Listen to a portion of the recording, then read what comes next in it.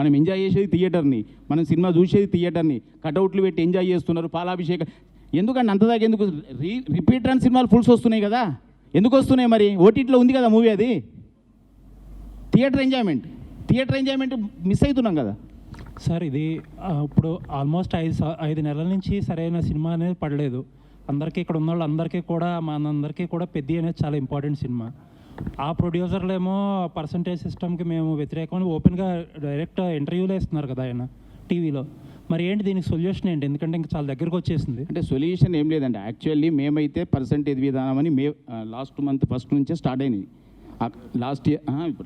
Last month నుంచి అయితే కంప్లీట్గా పర్సంటేజ్ సిస్టమ్ తప్ప మేము రెంటల్ మీద సినిమా వేయట్లేదు. ఎగ్జిబిటర్స్ అందరు తీర్మానం చేసుకున్నారు. రేపు ప్రొడ్యూసర్లు అదే మంచి మనసుతో అందరు వచ్చేసి పర్సంటేజ్ విధానం మేము ఒప్పుకుంటున్నాం కానివ్వండి అన్నప్పుడు ఇండస్ట్రీ చాలా ముందుకెళ్తుంది. సార్, కౌన్సిల్ మీటింగ్లో ఇద్దరు ప్రొడ్యూసర్లో మీరు ఎవరైతే 22, 23 థియేటర్లు ఎవరైతే ఒక నోటీస్ పంపించారో, మీరు రన్ చేయలేకపోతే మాకు ఇచ్చేయండి థియేటర్స్, మేము రన్ చేసుకుంటామని అన్నట్టు తెలిసింది బయట వార్తలు వచ్చి. ఆ మాట వాళ్ళనంటే వాళ్ళు ఒప్పుకుంటారా? అంటారా అలా? అది అది అది అనే మాట నేను మీరు చెప్పండి. వ్యవస్థను మార్చడానికి ఇదంతా అంటే ఎవరు మాట్లాడితే ఒక ప్రొడ్యూసర్ ఒకప్పుడు అన్నాడు నా ముందటనే, థియేటర్లు వర్కౌట్ అయితే లేవు అంటే మూసుకోండి అన్నాడు ఆయన. ఆ వ్యక్తి ఇప్పుడు లేడు, ఇండస్ట్రీకి వెళ్ళిపోయాడు, సినిమాలు బంద్ చేశాడు, తీయడం మానేశాడు. అది కాదు కదా. ఇప్పుడు ఒక పని చేస్తున్నప్పుడు ఇప్పుడు మీరు వచ్చి నాకు క్వశ్చన్ వేశారు మీరు అడగకండి అంటే అది కాదు కదా. మీ పని మీది చేస్తున్నారు, మా పని మేము చేస్తున్నాం. అందరి పని వ్యవస్థ నడవాలంటే అన్నీ సమవుజ్జిగా నడవాలి. సినిమా అన్నప్పుడు వాళ్ళు ఎందుకోసం తీస్తున్నారు, వీళ్ళు థియేటర్లు ఎందుకు వేస్తున్నారు? అందరూ బిజినెసే. ఇక్కడ మాకు వర్కౌట్ అయితే ఇప్పుడు ఇంకోటి మీరు ఒకటి గుర్తుపెట్టుకోండి, ఒక హీరోకి రెమ్యునరేషన్ అడిగే హక్కు ఉంది.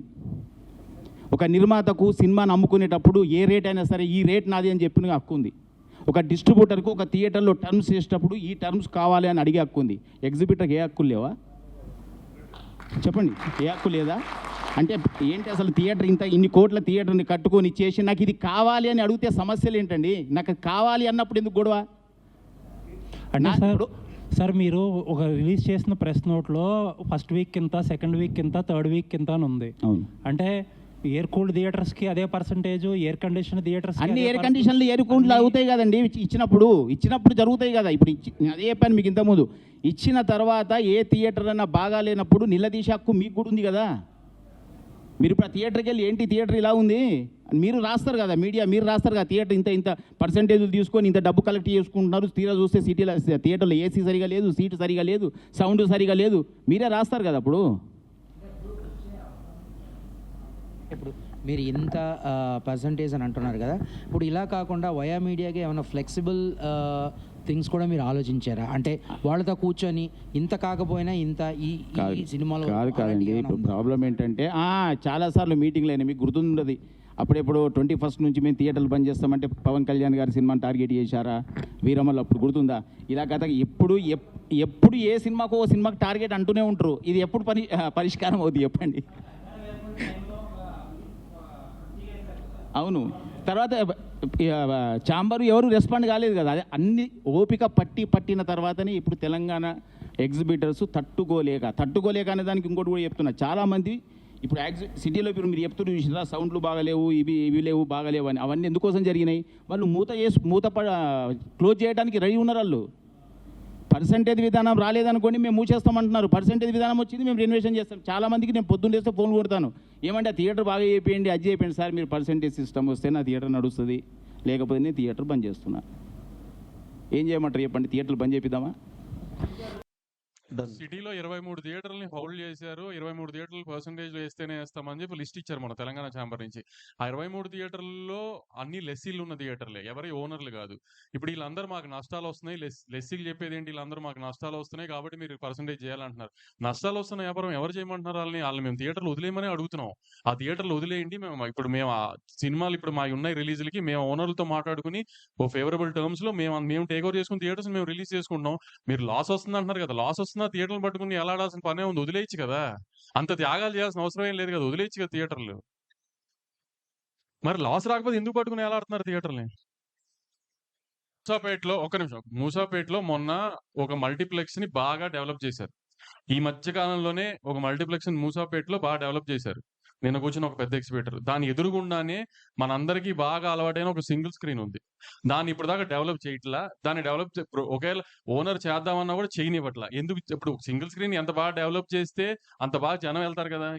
అంటే ఎదురుగా ఉన్న మల్టీప్లెక్స్ డెవలప్ చేయొచ్చు. జనాలు దానికెళ్ళాలి.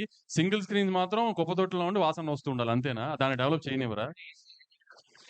ఒకసారి చెప్తున్నానండి నేను. మా విమల్ థియేటరే అండి. విమల్ థియేటర్ ఉంది సార్. కోట్లు ఖర్చు పెట్టి రెనోవేట్ చేసాం. ఇదివరకు అసలు ఏ ఆక్యుపెన్సీ లేని థియేటర్ ఇప్పుడు దాన్ని ఒక జనాలకి నువ్వు ఒక అప్ చేసి ఒక ఫెసిలిటీస్ కరెక్ట్‌గా ఇవ్వగలిగి అయి చేస్తే చూడండి సార్, మేము డెఫినిట్‌గా ప్రాఫిట్స్‌లోనే ఉన్నాం. ఏం చెప్తున్నాం అది రెంటల్‌లో ఏసి ప్రాఫిట్‌లో ఉన్నాం. అంటే ఏంటి కిటుకంతా ఎక్కడుంది? థియేటర్‌ని రెనోవేట్ చేయండిరా, నాకు శుభ్రంగా వాళ్ళు వచ్చి హ్యాపీగా ఎంజాయ్ చేసి ఎళ్ళే ఫెసిలిటీస్ ఇవ్వండి. టాయిలెట్స్ బావుండాలి, ప్రొజెక్షన్ బావుండాలి, సౌండ్ బావుండాలి, సేఫ్టీ బావుండాలి, సెక్యూరిటీ బావుండాలి. లేడీస్ వచ్చిన, ఫ్యామిలీలు సెకండ్ షో‌లకొచ్చిన ఇయన్నీ కలిపి డెఫినెట్ ఫుట్ ఫాల్స్ పెరుగుతాయండి. వైజాగ్ ఉంది. వైజాగ్‌లో ఫ్లెక్స్‌ల కంటే సింగిల్ స్క్రీన్స్ రెవెన్యూ ఎక్కువ. ఎందుకంటే అక్కడ జగదాంబ గాని, మెలోడీ గాని, శరత్ గాని, సంగం గాని ఈ థియేటర్‌లన్నీ చాలా బావుంటాయి వైజాగ్ సింగిల్ స్క్రీన్స్. కాబట్టి దాని రెవెన్యూ ఎక్కువ అక్కడ ఫ్లెక్స్‌ల కంటే. ఇక్కడ కూడా సింగిల్ స్క్రీన్స్‌ని చేస్తే రెవెన్యూ పెరుగుతుందేమో తెలీదు గదా! ఇప్పుడు మల్లికార్జున భ్రమరాంబ ఒక పెద్ద ఎగ్జిబిటర్ దగ్గర లీజ్‌లో ఉన్నాయి. గత 20 ఏళ్లగానో, 10 ఏళ్లగానో. దాన్ని ఎందుకు డెవలప్ చేయట్లా? ఎందుకు దాన్ని బెటర్ చేయట్లా? శ్రీరాములు ఎందుకు బెటర్ చేయట్లా? గోకుల్ ఎందుకు బెటర్ చేయట్లేదంటే ఎవరి దగ్గర ఆన్సర్స్ లేవు గదా! అయన్నీ చేయట్లేదు గానీ దాని చుట్టుపక్కల అన్నీ వస్తున్న మల్టీప్లెక్స్ అన్ని మంచి మంచి మల్టీప్లెక్స్‌లు వస్తున్నాయి. ఆ మల్టీప్లెక్స్‌లకి రెవెన్యూ వెళ్తుంది. ఆ మల్టీప్లెక్స్‌లకి ఫీడింగ్ వెళ్తుంది. కొన్ని రోజులు మీరు నిజంగా సింగిల్ స్క్రీన్స్ గురించి అంత ఆలోచించాలి. కొన్ని రోజులు మల్టీప్లెక్స్‌కి ఫీడింగ్ ఆపేసి సింగిల్ స్క్రీన్స్‌కి సినిమా ఇవ్వండి. మల్టీప్లెక్స్ ఉన్న చోట మల్టీప్లెక్స్ ఇవ్వకుండా పక్కన ఉన్న సింగిల్ స్క్రీన్‌కి ఇవ్వండి. అంత నిజంగా సింగిల్ స్క్రీన్ మీద ప్రేమ ఉన్నోళ్ళైతే ఫస్ట్ మీ మల్టీప్లెక్స్‌లో షోలు పడిపోవాలి. అంతా అయిపోయిందో సింగిల్ స్క్రీన్‌కి సినిమా ఇస్తున్నారు. కొన్ని చోట్ల సింగిల్ స్క్రీన్ ఉన్న మల్టీప్లెక్స్‌కి ఇచ్చి సింగిల్ స్క్రీన్స్‌కి ఇవ్వరు బీసీల్లో. మీ మీ మీ ఫ్లెక్స్‌లు ఉన్న చోట. అట్లాంటప్పుడు మీకు ఎగ్జిబిటర్ గుర్తురాడు, సింగిల్ స్క్రీన్ గుర్తురావు, ఏమీ గుర్తురావు. మీ ఫ్లెక్స్‌లు గుర్తొస్తాయి, మీ రెవెన్యూ గుర్తొస్తుంది. ఈ ఏదన్నా పక్క పెద్ద సినిమా వస్తుంది, ప్రాబ్లమ్ ఉందనగానే మీకు ఎగ్జిబిటర్‌లో సింగిల్ స్క్రీన్స్ గుర్తొచ్చేస్తాయా? అవన్నీ ఇప్పుడు మేము అడుగుతుంది అదే కదా! ఇప్పుడు వాళ్ళకి థియేటర్స్ డెవలప్‌మెంట్‌కి ఎలా 1 ఇయర్ కావాలో, మాకు కూడా అండర్ ప్రొడక్షన్‌లో ఉన్న సినిమాలన్నీ రిలీజ్ అయిపోవడానికి 1 ఇయర్ కావాలి. అయి 2 ఒకే టైంకొచ్చే టైంకి కండిషన్స్ అన్ని ఒకసారి పేపర్ మీద పెట్టుకొని ఈక్వల్ టర్మ్స్ ఉన్న టైంలో లేదా మిడిల్ గ్రౌండ్ ఉన్న చోట ఓకే అనుకుని అక్కడి నుంచి కొత్త సినిమాలు ఆ టర్మ్స్‌లో ఎళ్తాం ఇంకా.